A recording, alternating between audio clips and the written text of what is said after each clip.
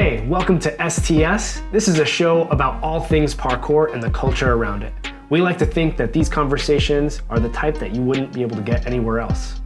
Today we talk about the importance of beans. We also get into how the UK is the biggest scene in the world and whether or not that is going to stay that way. And more on the UK, we also talked about whether or not there is a pure style athlete training out of the UK. Please remember to like, subscribe, leave a comment below, and without any further ado, let's get into the conversation. You got your serving of beans. That was a terrible intro. I know, right? All right, we'll jump straight into it then. I got a full serving of beans, and I saw Homesick. Did you also see full serving? I don't think I did. Okay. But I watched Homesick, and that's their new video. Mm-hmm. It's a 25-minute video piece. And we promised basically last week that we'd talk about it because I didn't see it, and you did watch it last week. So I watched it last night, and I guess we can talk about it now. All right. So, what did I say last week? Did I overall like it, or did I just kind of, we didn't really get into it? I don't think we really got into it. I think a big part of it was just like, we didn't want to start discussing it because I hadn't seen it yet. Mm. But we did talk a lot about like Bean's style and, basically that it's become its own style, and it's, That's right. Basically all we talked about. Yeah. All right. I didn't go back and like listen to our last STS episode. Yeah, so I think overall I said I enjoyed the watch. It was good. You know, the video has good vibes. It's kind of an old school vibe. Probably don't have much reason personally to watch again, although I would like to see Josh Malone's parts because they really stand out, and a couple of Clicksteins as well. Let's stop for a second. All right. Let's stop for a second and just appreciate how freaking good Josh Malone is. My goodness. Like, one thing that is notable is that there's like a clear like separation in like level within the Beans members? Within the Beans crew, yeah. But I mean, that would be like, because how many were there at the end? And I also still don't know like name to face. Yeah, for a bunch of them. I'm in the same boat. And that's actually one criticism I have of the film, is that it says like Egg was like the main filmer editor, but also Josh Malone and Ross Allen and one other character. But like I want a name to every face that's in it, and I don't get that. So that's one thing that I felt like was just missing. Like, it would have been nice to have that as a credit. Either at the end or even at the beginning that's always really nice when there's like a credit in the beginning, so then I can like then associate every line with some character that's in it. I need to stop you quickly before we get into the full critique, analysis, whatever, because we keep doing this and I keep telling you I want to stop talking about videos. Well, you want to stop talking about like being critical and it's not okay. So I think we both agreed that parkour a lot of times, particularly parkour online, is sometimes just a big positivity void of every, you just like stuff, and then that's kind of the end of it, and then there's private conversations happening about what people actually, how they really feel, and we're just trying to have a real conversation here as we do. But for videos in general, I just said but for. What's a but for? For pooping. Oh, nice. For videos in general, I think we're just never gonna get like the 5 out of 5 critically acclaimed, parkour video, because at the end of the day, it's just people that specialize in parkour trying to put together media pieces, and they're always gonna kind of miss stuff. But I'll let you kind of get back to what you're saying. Well, so that critique is is literally just for audience, in that I want to know who the characters are. Yeah, and I as well. Like, there's the one kid in there who has like the half hot, half cold hairdo. Yes. Yeah. That I'd like to know. That's one way to describe it. If you're a My Hero Academia fan, I think that kid from Bean looks like Shoto. I don't understand this reference, so somebody in the comments understand it for me. Yeah, I think that should be his parkour name, but Shoto. Yeah. Anyway, let's tell me more of your thoughts. Yeah. So we haven't even really gotten into my thoughts at all, other than that I want to associate names to faces, and Josh Malone is a hero. But yeah, okay. So we briefly touched on this earlier before we started recording. First of all, I didn't think I was gonna like it as much as I did. The video was because literally a 25-minute video seems like this is gonna be a beast of a watch, and I'm gonna get bored.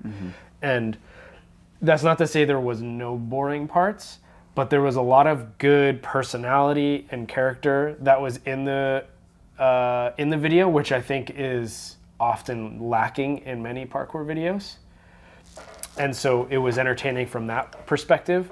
But also, what I think, my impression after watching it is what they are doing, the style of Beans, is so important for style in parkour. And this is the thing that you said earlier that actually kind of surprised me, but I also somewhat agree. But for our audience, if you want to elaborate on that. Yeah. So a lot of historically what style has become over the course of the last, 15, 20 years of parkour, it's been very much especially when it comes to like competition lines, it's become very much like a vertical progression of skills. And there's been some borrowing of ideas from other sports, but the base of parkour has been, or the base of style parkour has been very much like vertically progressed, right? So it's like at some point fulls were the standard, and then if you could do fulls, then it was just like, well, let's move into the frontier of double fulls. Now if you can't do a double full, you're like not particularly good at style, right? So you're very subpar. So now the new frontier is triples. So triples, like now people are hitting triples really consistently, and now we're seeing Sei Asakura hitting quadruple cork, right? So the 4 is the new frontier that we're looking at in terms of twisting, and we've seen that a lot. We've seen that same with rotations, right? So like double flyaway used to be a really hard skill, and now people are like hitting triple flyaway, which is still one people. Ellis, I think. Well, he's the only one that's done it onto a hard surface, but several people have done it onto sand. And okay, but like obviously adding more rotations is more difficult than adding more twists. But anyway, the idea is that it's a lot of vertical progression that's happening, and a lot of, I guess, what I've seen over the course of my tenure as a parkour athlete, coach, competition organizer is that there's a lot of traditionalism in style. So we see things like normal axis flips, like palm flip, wall flip. You've got a little bit of off axis where we borrow from tricking, but for the most part, we're seeing a lot of gymnastic style moves that are applied in parkour-like environments. And so that has been the traditional approach to style for over a decade, or certainly longer than that. And now what Beans is doing is they're really pushing that horizontal progression of borrowing outside of the standards flip-based sports that we already have borrowed from, like tricking and gymnastics. They're looking into rollerblading and skiing, and they're doing really different axis skills, and they're applying them in really unique and creative ways. And it's not just grabs, it's not just being off axis, it's mixing it in really interestingly applied environments. And so what I think they're doing is super important for the development of style in parkour, because they're bringing a fresh perspective into the world of style as and they're literally like pioneering this new style of movement. And some of it we're gonna look back at in 5 years and be like, yeah, that was dumb. But some of it we're gonna be like, this is the new standard, and if you can't do a skill like this, then you're not good at style parkour. Yeah, I can think of a lot of traditional parkour moves, or just twists on pieces in parkour that looked dumb the first time someone applied it, or didn't look like it would go anywhere, and now it's a huge thing. Yeah. I don't want to get off on a tangent there of Yeah, examples, but but I think if any old heads listening think about that, there's tons of examples. But to just to play devil's advocate, I guess, on your point there, even though I pretty much agree, why is this different to you than borrowing from tricking? Because tricking has a lot of off-axis stuff. You even have just different ways of rotating sideways. Like a side flip isn't really even tricking, but you have double leg, you have like a parafuso, you even have like 540s and things like that are UFOs that can go on. Yeah. Well, okay, so the reason why is because the relationship between parkour and tricking is older, much older, right? To the point where it's really normal to borrow from tricking, and we haven't, there's people who do a lot of tricking influence parkour, but that's not new, right? It's old news. The reason why it's different is because this is a really fresh perspective on how to move that it hasn't been present for the last 2 decades.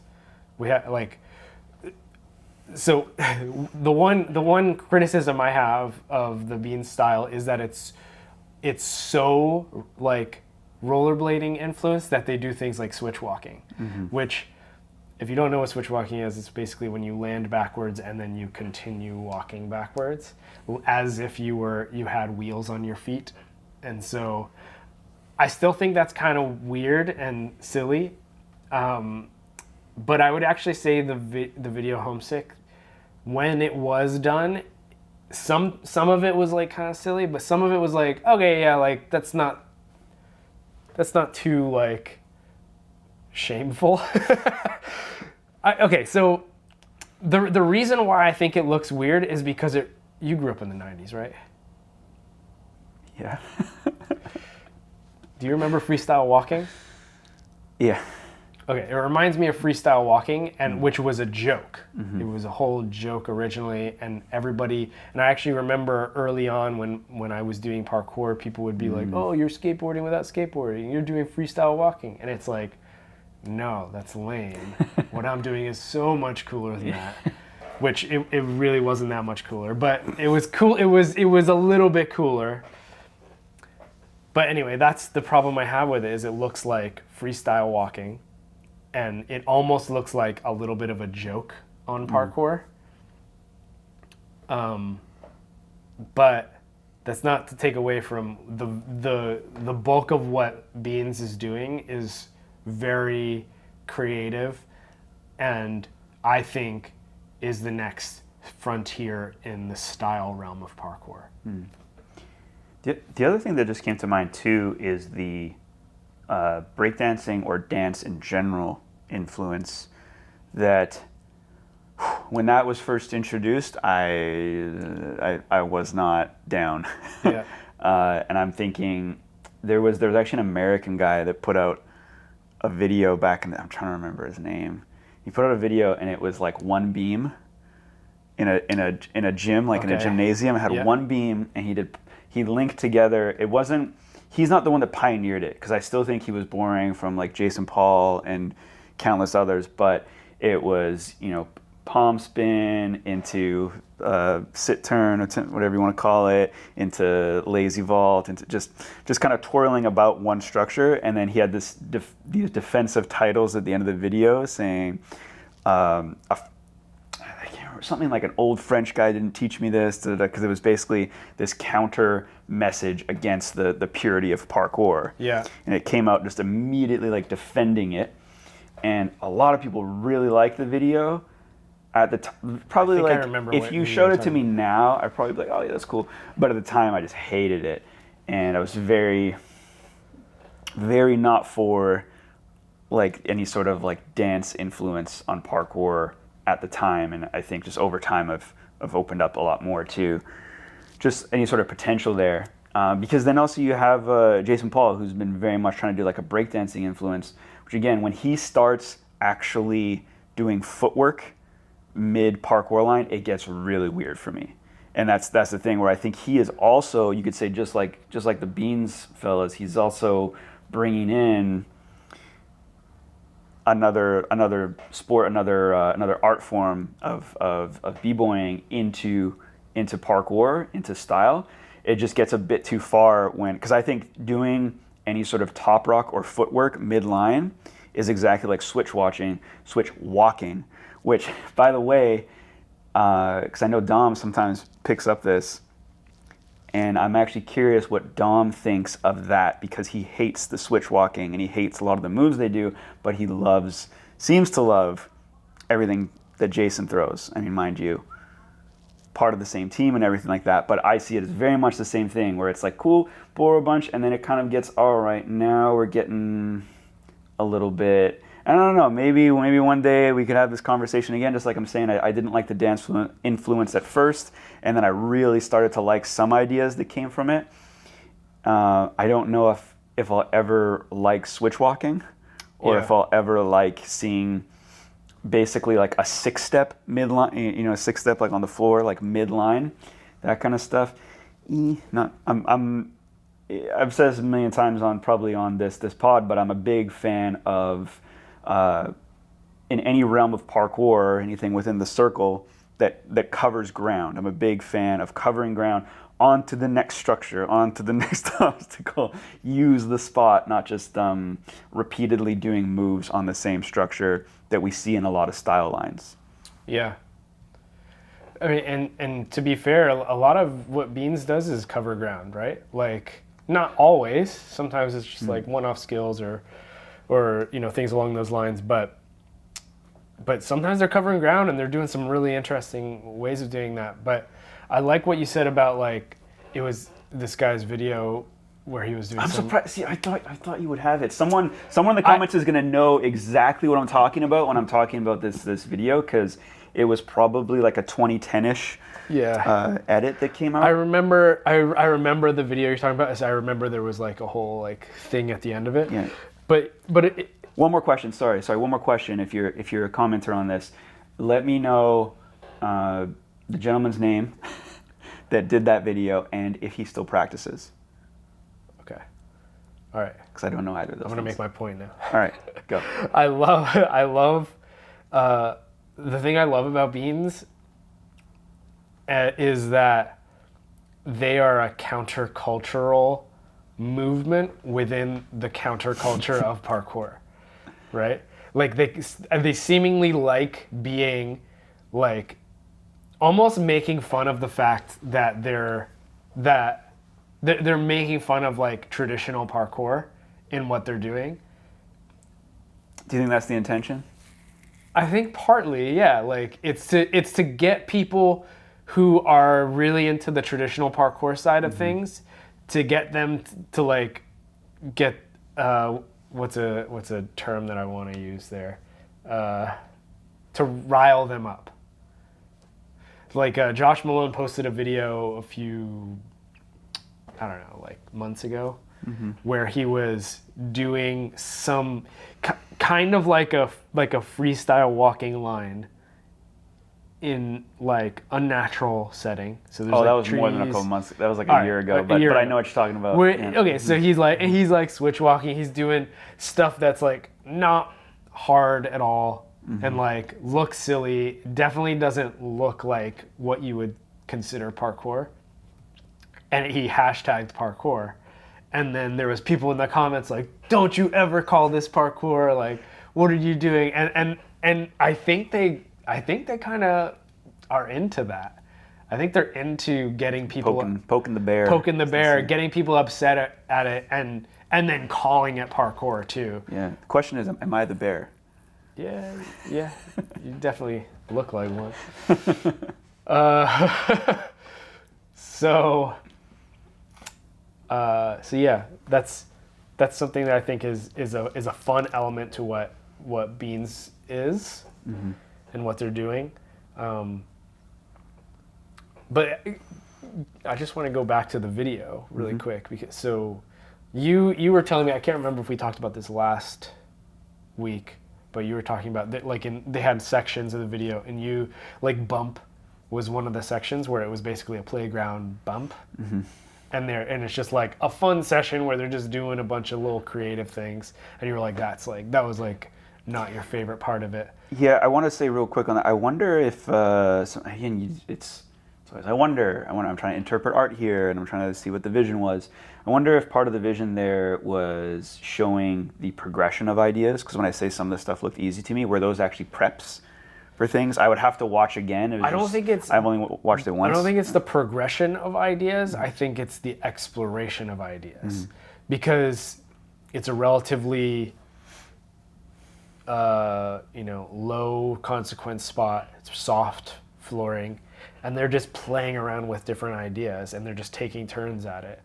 And I think that's what was cool about it. Like, it wasn't an exciting part to watch, but there was like moments in that part where it was like, that was like an interesting way to move your body.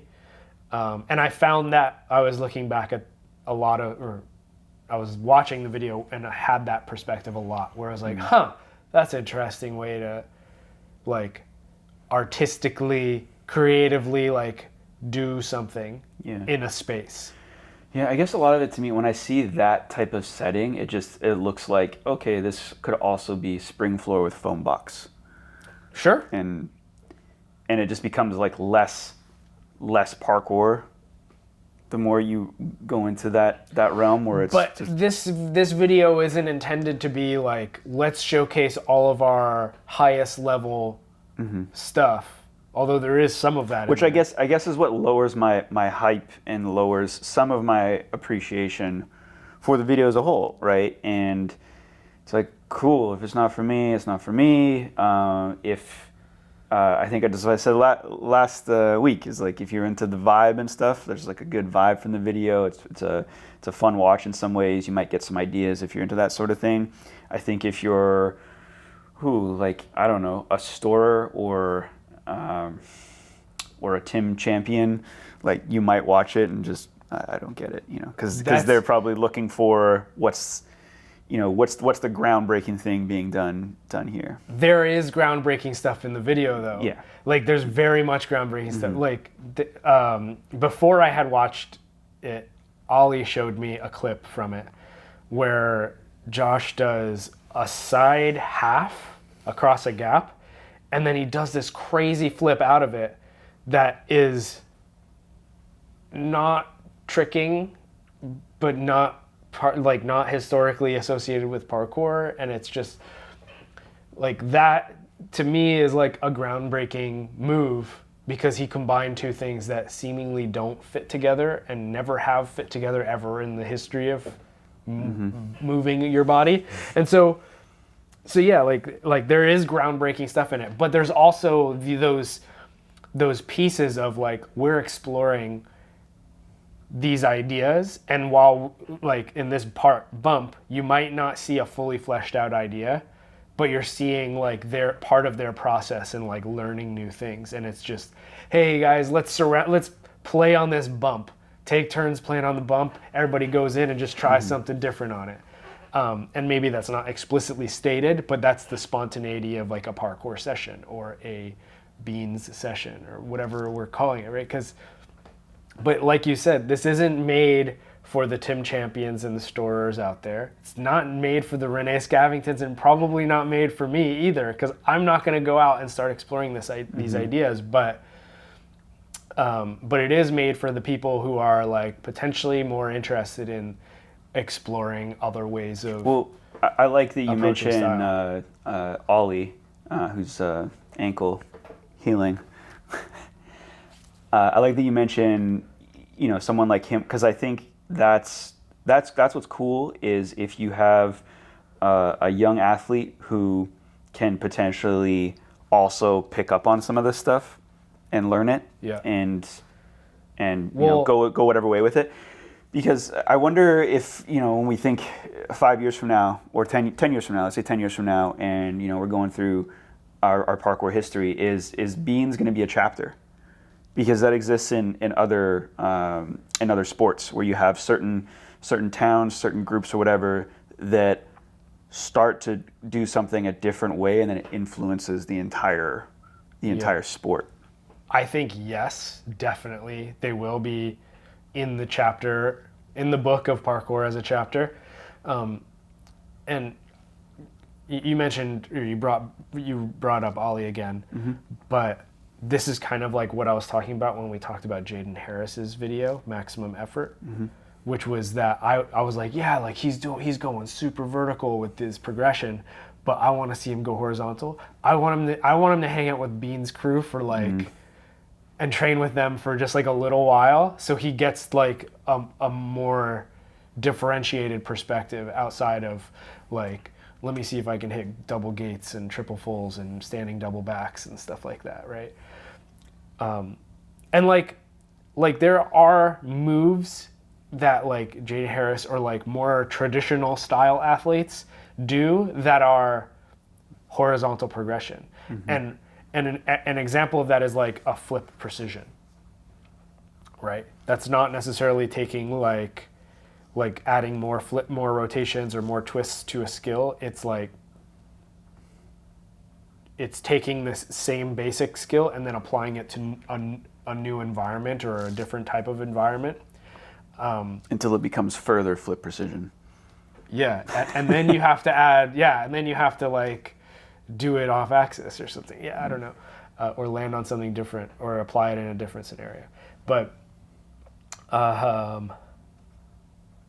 yeah, like I like what they're doing, and I'm not sold on everything. I think some things that are coming out of the Beans crew are just like, that seems silly, or like, but that's gonna happen when you're exploring new ideas. You're gonna stumble across things that you might think are cool, but everyone else thinks is stupid, and then maybe you continue down that road, or maybe you just throw it away. But what I think is important is that they are a collective of people who are all into the type of skill set that they're all developing, and so it kind of doesn't matter that if everyone else hates on them, because eventually they're gonna get so good that they can't be ignored. Yeah. Well, I mean, that's Josh Malone. Yeah, exactly. Okay, can we jump topics here? Absolutely. Hey, sorry for the interruption. We hope that you're enjoying the conversation and getting some concepts and things that you wouldn't get anywhere else. STS is now ad-free, and we would really, really appreciate it if you share it with anyone out there you think might enjoy it. Also, drop us a like, leave us a comment, and without further ado, let's get back to today's episode. So we're gonna not only jump topics, we're gonna jump across the pond, to another part of the world, and then we're gonna kind of weave our way back, I think, today. Okay, let's do it. There's a couple overlap with some topics, but recently, and we spoke about this last week, I still did not get pronunciation on his name, but I'm going to go with Adam Dory, put out some challenges, and Lord Travis Verky went out and he got one in Sheffield. And then recently, in the past week, he put out a vlog where it shows like some of the other ones that he's attempted, and thank God he showed some, I was going to say that he's human. I was looking for the single word there, but that he's human, because the first challenge I think he looks at in the vlog is he's like, oh, it's too wet and slippy here.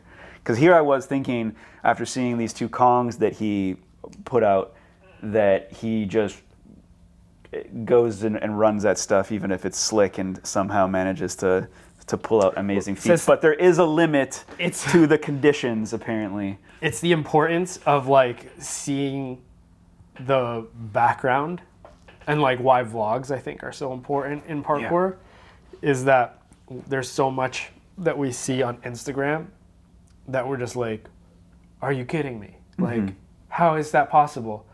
But with a vlog, you get to understand the context behind it. Yeah. So if you haven't seen, because Verky's 2 recent vlogs are both really good watches. They're pretty short. They're about 10 minutes a piece.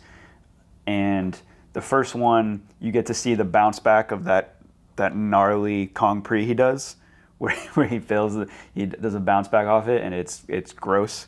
And then he still sends it again. And then in this one, he goes through all the challenges. Another one that he didn't complete, but he went for was rail to rail Kong with a crazy drop, like 4-story drop over the lane. yeah, like if you don't want to overshoot it, basically. Yeah. And overshoot is very bad news. But yeah. Well, it seemed like the one that he achieved, he just kind of ran at it, and it was clearly wet. Well, he does the standing pre, and he says it's not that big, and so I'm curious. Okay, what's not that big? Is it because we think about IMAX 2, for example? The gap is it's an 8-foot gap. So when I just say 8 feet, 8 feet is not a big gap. Like in terms of a standing jump, a lot of people can jump an 8-foot gap, and so it's not that big. And it looks like he just very easily jumps across it. And so I'm wondering how it looks like it's a little bit up. But I wonder up from, so Kong, and then you're going up a bit.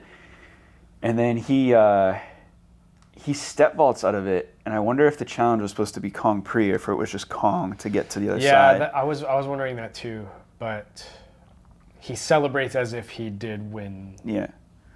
Well, depending on who you're talking to, the step vault would be harder or easier. Because I think way scarier to stick it. Yeah, I think the step vault keeps it. But he didn't do like an overshoot bounce. No, Do you know what I mean? He went straight to step vault, so that was interesting. And then it was just one and done. Yeah. Other notable star of the video is Joe Scandrett, who absolutely should have his own frickin' vlog. I think I was saying this earlier, and I think Joe Scandrett and Tim Champion are 2 guys out there right now that, to me, and I know to you as well, are incredibly entertaining on video whenever a camera's in their face. And if there's just a parkour nerd out there that wants to partner with them and do all the vlogging and editing parts, it would happen, and it needs to happen, because that would be, either one of those would kick off a really successful YouTube channel if they just had a person to do that side of the work for them, and they could just be the face, and then they split whatever, comes for the success of the channel. Yeah. Make it happen. Yeah, I would watch Joe vlogs. Yeah. My goodness. Super entertaining. Every video project he's been a part of, he's been not only like entertaining to watch from a movement perspective, but entertaining to watch from a personality perspective. And so, yeah, I think he would do really well with a vlog on YouTube. People would watch it. Did you also see that Farang is together right now? They are, yeah. So we're gonna get another Farang piece, another Joe Scandrett show stealing piece, most likely. See, it's too bad that Farang is so like internationally dispersed, because if one of them lived in the same country or city as Joe Scandrett, I think it would make sense to do a vlog. Yeah. A Farang vlog. But okay, so we're talking about Verky's vlog, where he achieved one of the bounties, right? And then it also showed him going for the rail-to-rail Kong and bouncing it a bunch. And so he didn't achieve that. And I think it was pretty clear that, and he was pretty clear in what he was saying was that he doesn't think it was actually on. Like, he was able to commit to both feet on the bounce, but he was like, nah, like, it's not going to happen. So, I mean, it's interesting because that he can physically make that distance, but it was purely a mental element that's holding him back. Yeah. Yeah, and it's likely there's not a lot of other people that could do it. So I wonder if he's going to go back. They kind of alluded to it in the vlog of like Joe's like trying to like talk him up, like, oh yeah, you know, like this was a really good session, you know, you got a lot of like information from it, so like for the next time it's gonna be easier to go for. So I don't know, we'll see. Yeah, that would even be an amazing, like, we're talking about a Joe Scandrett show essentially, but even I don't know, it seems like they get along really well, and it's kind of almost well, Joe wasn't really training; he was just there for support. But he seems like a great support for Verky. So I've heard that he's like awesome to train with. From seems like it. Everyone, yeah. At like people on other podcasts, I think a Store podcast, they were talking about how like he's so great to train with because he just like builds everybody up, and he's got like an infectious personality that pulls everybody into the session. Yeah, but I'm just tired of the Joe features. You know, it's like I want. Because he's featured on Ed Scott's vlog, featured on Verky's vlog, featured on Store. You just want the spin-off to happen. Yeah, I just want the Joe show. Yeah, the Joe show. Somebody make it happen. Joe show. If you're watching this, Joe, make a show. I don't think you'll watch this. No. But potentially. If we put his name in the title, he might watch it. Yeah, the Joe Scandrett show. The Joe show. The Joe show. Yeah. All right.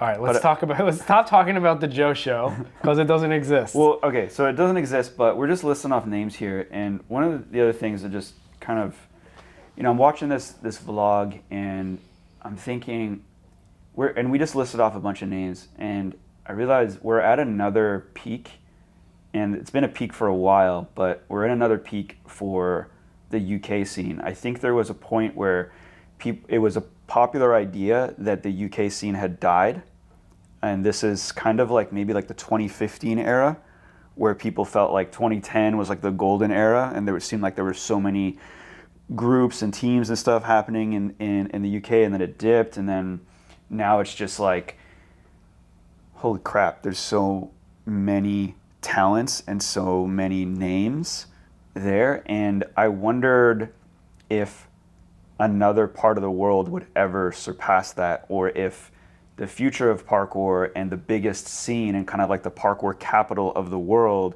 is always going to be the UK, or even you could even go a step further and just say England. So this is just kind of an open question. I don't know if because I sent this question to you, and I don't know if you give it some thought yet. Well, I think England is so well positioned to be just like always the parkour capital of the world, because number one, they are they're like the oldest or like one of the oldest communities in the world. So not older than France, but pretty early on there was an established culture of parkour that sprung up. Particularly with the Jump London and Jump Britain documentaries coming out, which were produced for UK television. Yeah, and for those that don't know listening, that dates back to like 2002, 2003.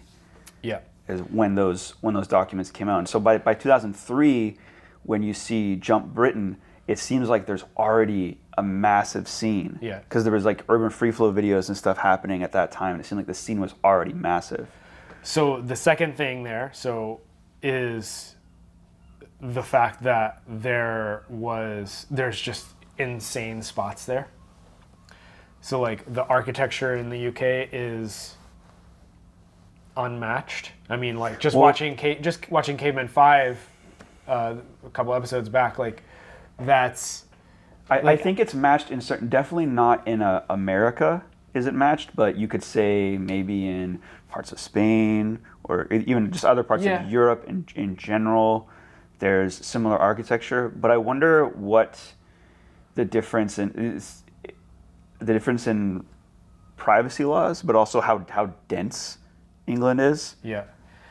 So then the next thing actually is the teams and the media that comes out. That has come out since. So like Storer Modus when they were a thing, and Storm when they were a thing. Mm-hmm. So there's like all this like media that came out, and then the final piece from my perspective is actually just that it's an English-speaking country. English is the lingua franca around the world. So if you have a vlog that comes out from Store, they have 7-8 million subscribers. They're going to be seen by and understood by more people in the world than if a non-English speaking channel is blowing up, like Gang Wizzy, for instance. Mm-hmm. So I think English is a like as a language is playing a role in it, but also those other factors, like the fact that it's a super old scene and they have a ton of great spots and architecture for parkour. Yeah, it also always just seems like I think I just said it incorrectly just now, so I'm gonna try to rephrase, but like the public consequence of doing parkour, at least in England, seems very different than what I've encountered here or elsewhere in terms of what happens if you're caught by authorities. I mean, Store face this head on all the time because they get arrested in other or kicked out of other countries and cities, right? Behaving like seemingly like they would at home, you know? Yeah. Yeah. I don't know if that's actually the case. Like, this might be an exaggeration, and I don't know what the laws are. Someone had at one point told me in parkour that liability laws are different. So that's like the one phrase or one word or one phrase we'll get in North America is we're doing parkour in like a common area, let's say. So it's private property, but we're in an area that's not like bothering anybody, and so seemingly should be okay. And a security guard will come out and say, you guys can't do this here. We're liable if anyone gets hurt. Yeah. I was told, and someone could probably correct me, or even you correct me right now, that that's not the case in the UK, that they don't have the same, basically like if you fall and hurt yourself, it's your fault. Yeah. But I don't know. I'm just I've heard the same. I've heard the same, but I don't really know. I'm not a lawyer. So I'll have to look this up for next week, or someone maybe can help us out in the comments of what liability laws are like in the UK. But even my first trip out there, I've only been twice. We're about to go a third time. End of February, I'll be making one brief stop over there. But the last time I was there was in 2014, and then before that was 2007. So basically I'm hitting these 7 or 8 or 9 year gaps in between visits. But in 2007, I remember I went and I did a Parkour Generations class. I got a bunch of, at the time, a bunch of starstruck feelings, meeting Stefan Vigreau and Forrest. And, I have a very important question for you. Okay, real quick. I did this class, and that's actually the first time I heard it about the liability claim, because we were out in what seemed like a very guerrilla-style class, like just out in the, town area doing parkour on private property and like paying for it like a class, and it seemed to be all okay and regulated by some sort of like government authority. So very different than anything that would exist in North America. What's your question? How many stairs did you crawl up backwards? The conditioning element. So the class, I did two Parkour Generations classes. I did one in a gymnasium, and that was an hour of basically like an aerobics class led by Forrest and stuff where like we had to hold our arms up. Like we had to do like limit push-ups and then hold our arms up like this, and he's just shouting at you to like keep your arms up. And then the second hour of the class was like doing very light parkour, we'll call it. And then from there, I was with my friend Thomas, and he said, "Oh, you guys tomorrow you can go to the advanced class with Stefan." I was like, "Okay, sweet, we're gonna meet him. All right, awesome." He's gonna say, "David, teach Tot." And no, Stefan was very cool. I had a great class with him. I came back actually from that trip very motivated to like push my mental in parkour, in some weird like just basically throwing at challenges, because a lot of that class was just I remember there was like a cat leap that we were just instructed to go at in that class with Stefan. It was pretty cool. So with Stefan, not much of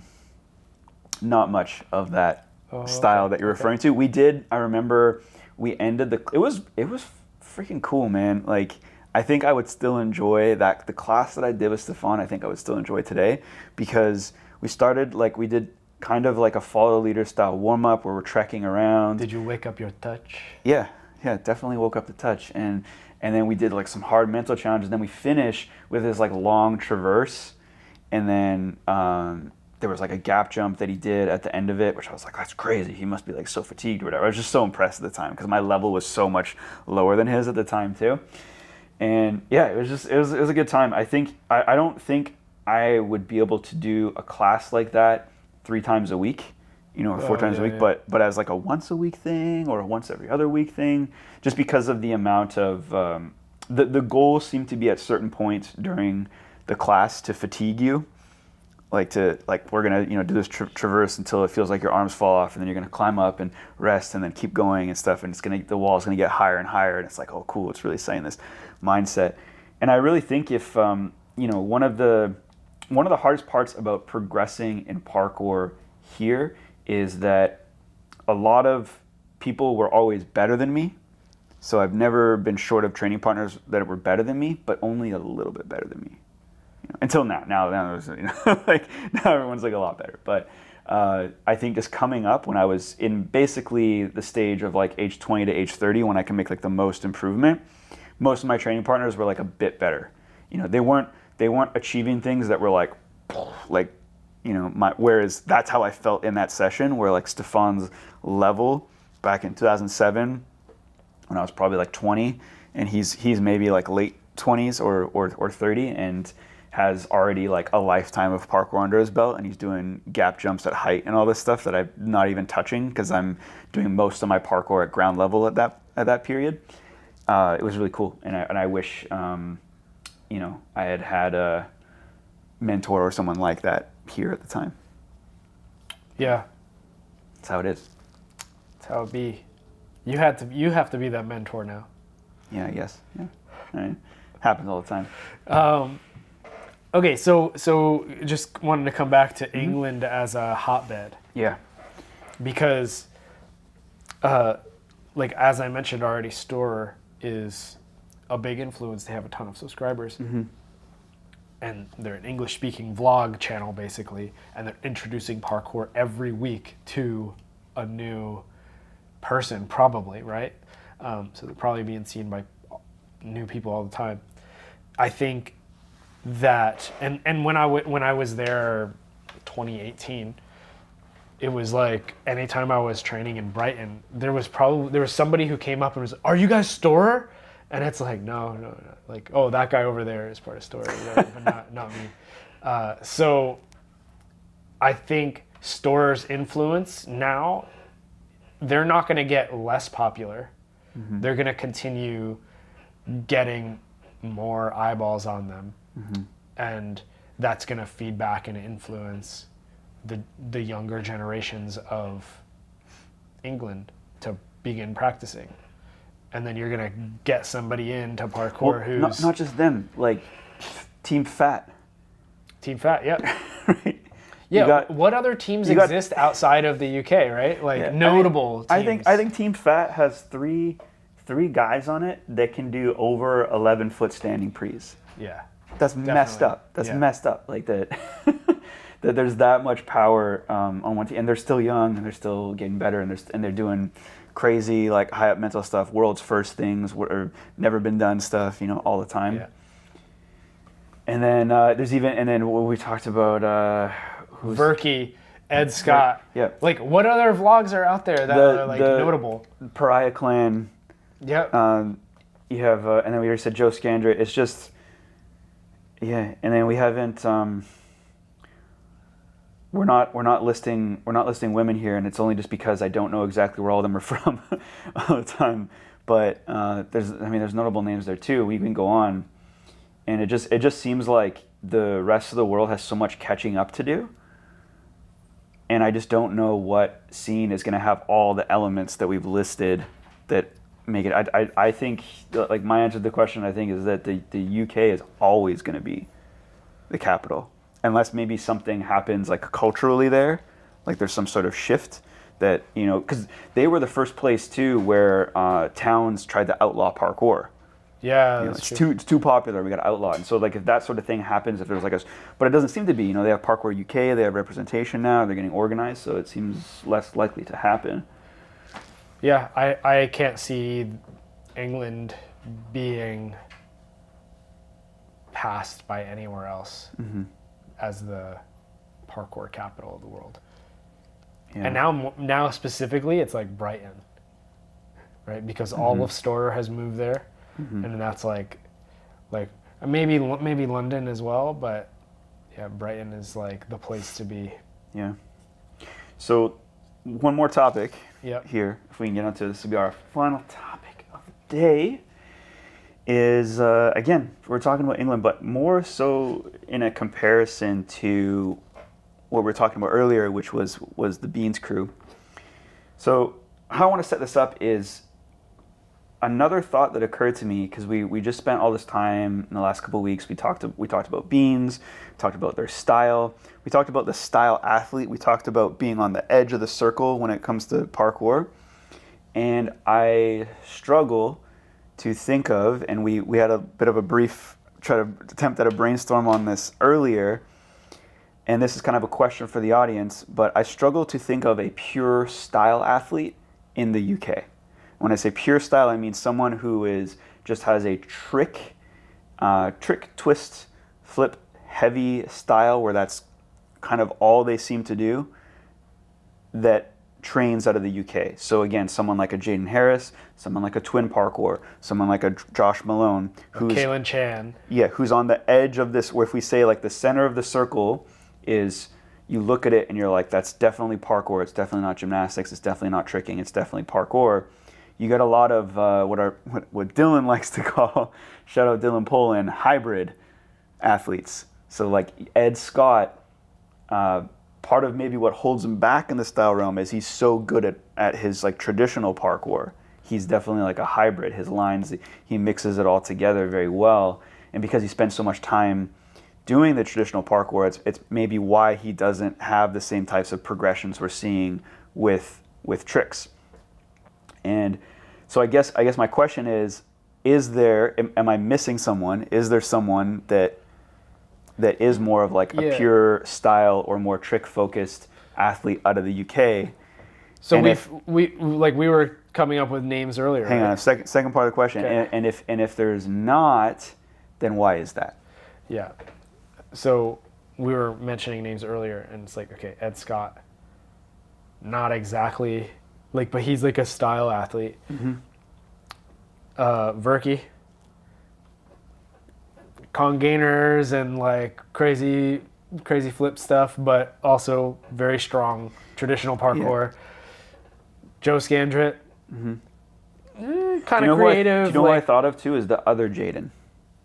Yeah, I was gonna say Jaden Clark, but also the same thing though. Yeah. He's like also very like competent traditional parkour, and I think this is a really interesting thing. Is like I almost think that English people would be very proud, or like people from the UK in general, they'd be very proud that like their style athletes can stick a rail pre. Yeah, I can see like a Callum watching this and being like, yeah, that's right. Yeah.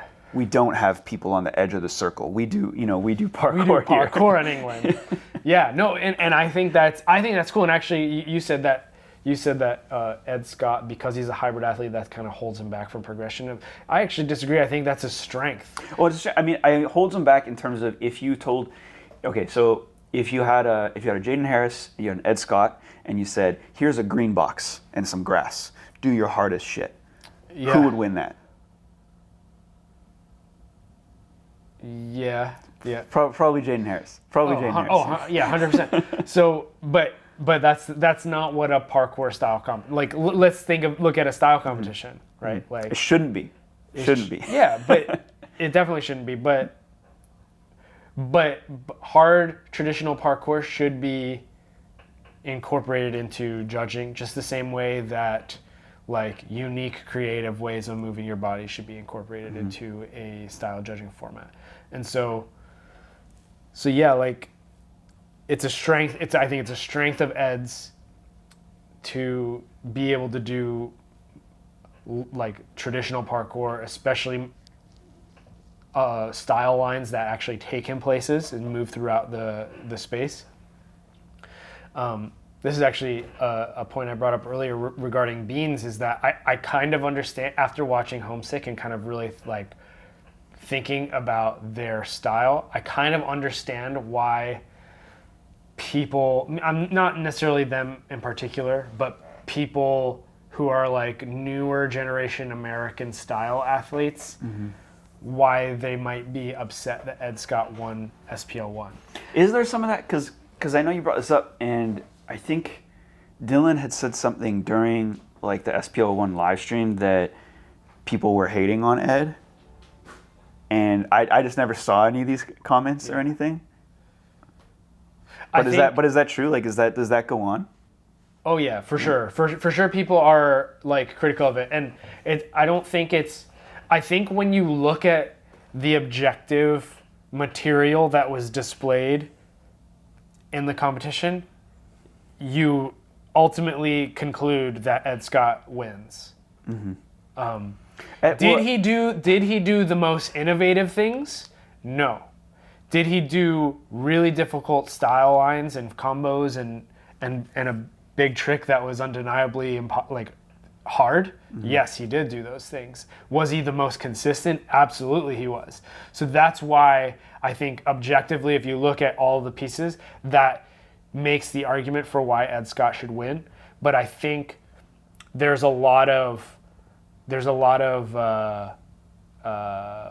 what's the word I'm looking for? I guess tension amongst some of the people who are like really in the style game of like, yeah, but there's nothing new or unique happening from Ed Scott right now. We're doing things that are like Beans, for instance, is doing things that are like really full of style and like really doing things that are outside of the norm, also hard, also interacting with the environment. So I think there's something bubbling up that people want to see a change in the current style reign. And Ed won in 2019 and he won this past year. So I think people want to see it like this old, they want to see the traditions broken. Two things come to mind just as you're talking there, because you said, okay, so you said people want to see more of this, and so I guess my question for them would be, if you don't think Ed should have won, who then? Who that was at SPL 1, who did better than him? Because I think what was missing, and I actually feel like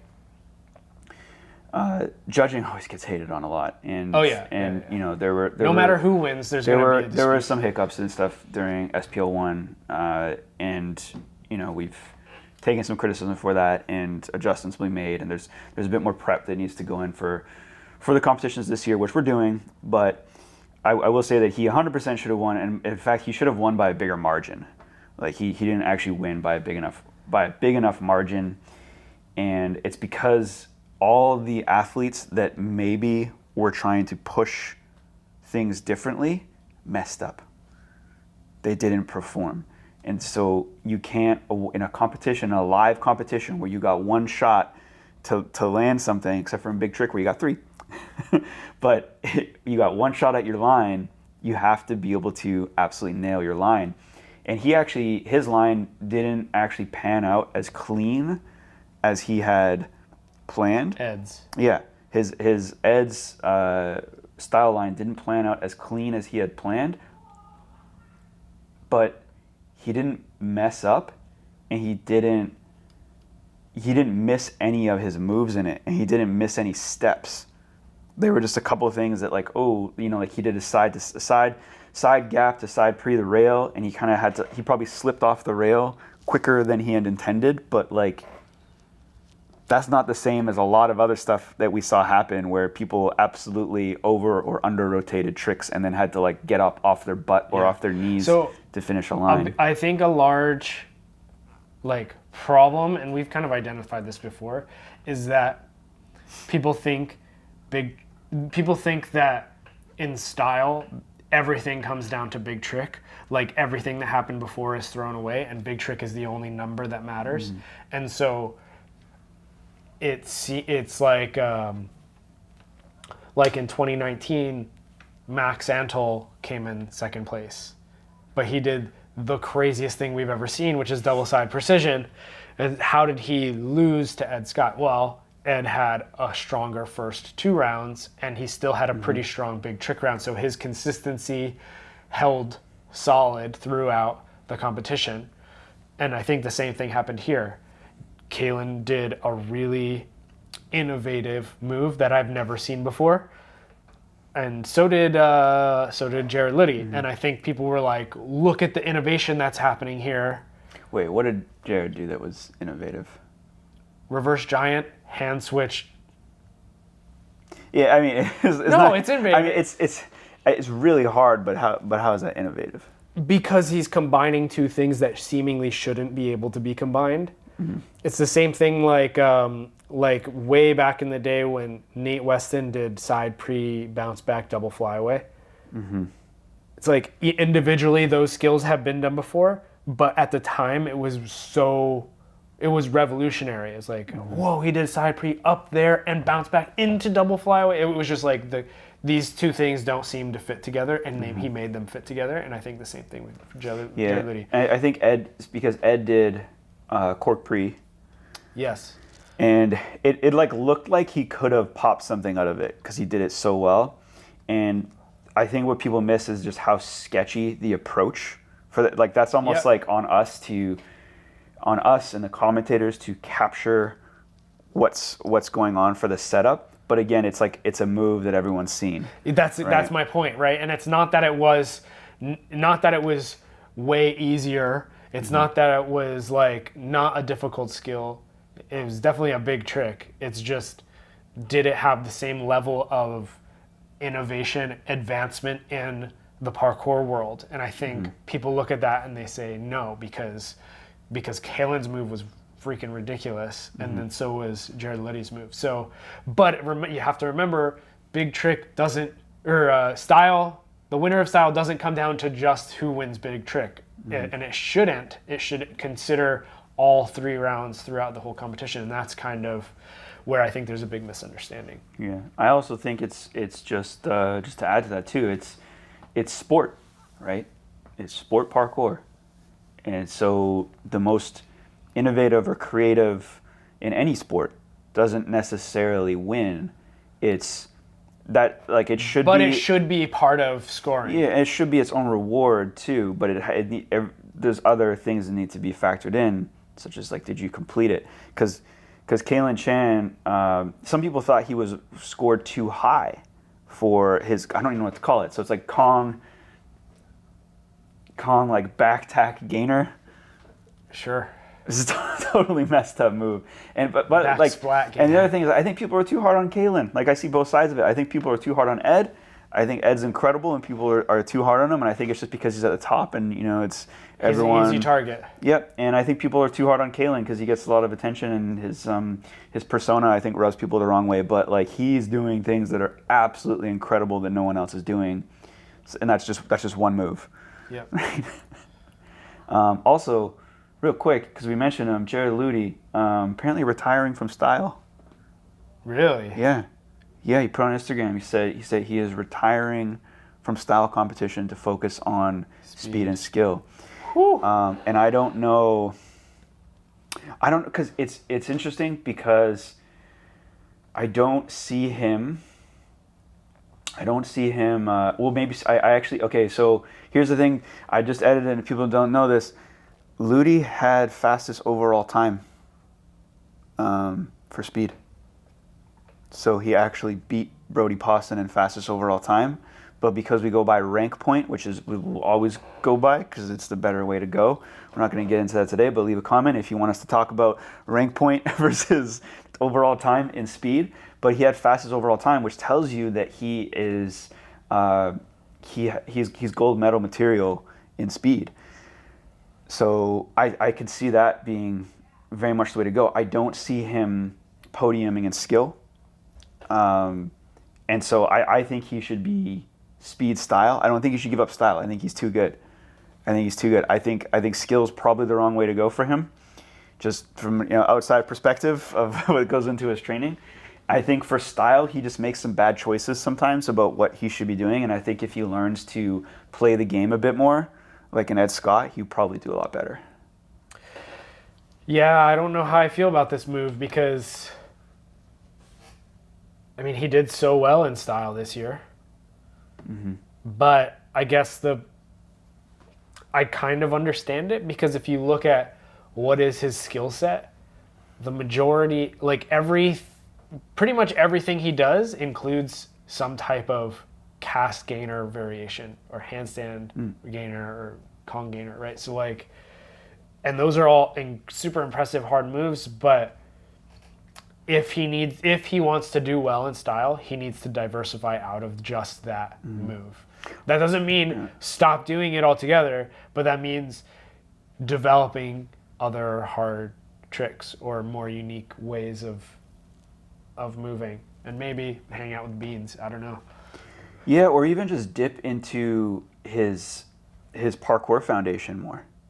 Because if he's a guy who's like, I'm a good skill athlete, I'm a good speed athlete, and I think he did. I think we saw that a bit in, can't talk about the, but I remember seeing him at Kings of the Concrete. So this is earlier in 2022, and it was the best style run. I told Joey after that, I was like, that's the best style run I saw. I think he messed. I felt like his. I think maybe he messed up, but he started off with like a high line rail run type thing, and I just thought that was a good move because you're against all this opposition where no one else in the lineup is going to do stuff like that, and so that's a way to set. I think I would like to see him put some of the things he would do in speed runs into his style runs, like cover ground. You use all, because he's perfectly capable of covering ground like that. His line at SPL1 was awesome. I thought that was the best I've ever seen. Jarrod. It's the visual of it is escaping me at the moment. I remember pieces of it, but I thought that was his best personally, and I feel like he just needed to have a more consistent and more well-rounded combo round for him to have won. Because his big trick slapped, and his line was stellar, but his combos just weren't done in a way that was... Yeah, I guess what I'm just trying to say is that he, I think, has fallen into the trap of trying to do what the other American style, like big names. So again, Jaden Harris, Twin Parkour, Kalen Chan, he's trying to do what they're doing. Seems like, I don't know if this is actually the case, seems like he's trying to do and comparing himself to how they're performing. And I think he needs to double down more on the other stuff he's good at, which is covering ground with more like traditional parkour, speedrun type stuff, because then he would have a line more like an Ed Scott, but I think he has specialties in that realm that even Ed can't do. So you would have a completely different line. But I think that's more if he doesn't give up style, that's the type of performances I'd like to see instead of a collection of trick to trick to trick to trick. I'd like to see mix in more of the jumps and things that he's capable of. We'll see what happens this year. Don't quit, Jarrod. Well, this year it sounds, if he's saying he's retiring, then it sounds like he's retiring. Nah, give me the triple podium. One more year. He's Try. not gonna. Try. No, I don't think anybody's gonna be able to do it. That's my prediction. I don't think anybody will be able to triple podium ever. Luty. He's probably the closest, but I don't think anybody's gonna be able to triple podium. I think if he, I don't know. I think he also has so much ability to perform without fatigue. Like same with Ed Scott. Like I think Ed Scott was going to do skill, and they was just like, nah, I'm not going to podium, so I'm not going to bother.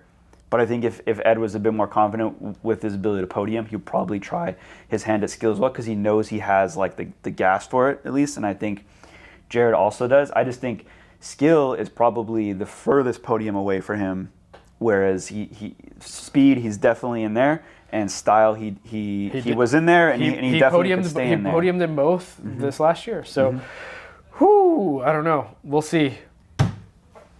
I think I'm ready for comps. Yeah, it's exciting. I'm ready for it. Looking like an exciting year. Okay, I think we call it there. Yeah.